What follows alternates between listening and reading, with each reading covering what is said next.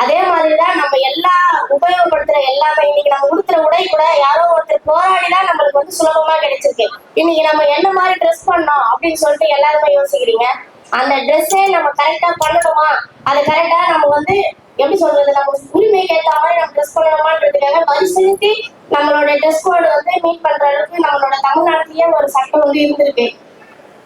எல்லாருமே பெண்களை அடிமைப்படுத்துறோம், பெண்களை வந்து விடுதலை இன்னமும் போராட்ட வேண்டிய நிலைமை இருக்கு அப்படி இப்படி நிறைய சொல்லுவாங்க. பட் இன்னமும் நிறைய பெண்கள் நம்மளுக்கு இவ்வளவு பெரிய ஃப்ரீடம் இருக்கு, நம்மளுக்கு நிறைய நிறைய ஜெனரேஷன் வளர்ந்துருச்சு அப்படின்றத யாரும் யூஸ் பண்ணிக்கிறது கிடையாது. சங்க காலத்திலேயே நம்ம தமிழ் ஒரு தலைமை எப்படி இருக்கு, இப்ப தளபதி அங்க அப்படி இருக்காருன்னா அவர் கூட இருக்க நம்ம தொண்டர்கள் வந்து அவருக்கு தீயா இருக்கும். அந்த மாதிரி எல்லாரும் குயிலி மாதிரி நம்மளுடைய தளபதிக்கு தீயா இருந்து எல்லாரும் வேலை செய்வோம்.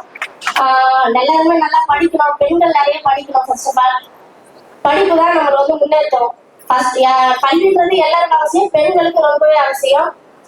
அதனால எல்லாரும் நல்லபடியா படிங்க, தனக்குன்னு ஒரு அடையாளத்தை உருவாக்குங்க. நம்மளுக்கு போராடி பெற்றுக் கொடுத்த நிறைய சுதந்திரத்தை நம்ம இன்னும் உபயோகப்படுத்தாமலே இருக்கோம். அதனால எல்லாருமே அதுக்குள்ள ஒரு அடையாளத்தை உருவாக்குங்க. எப்படி? ஓகே, நன்றி, வணக்கம்.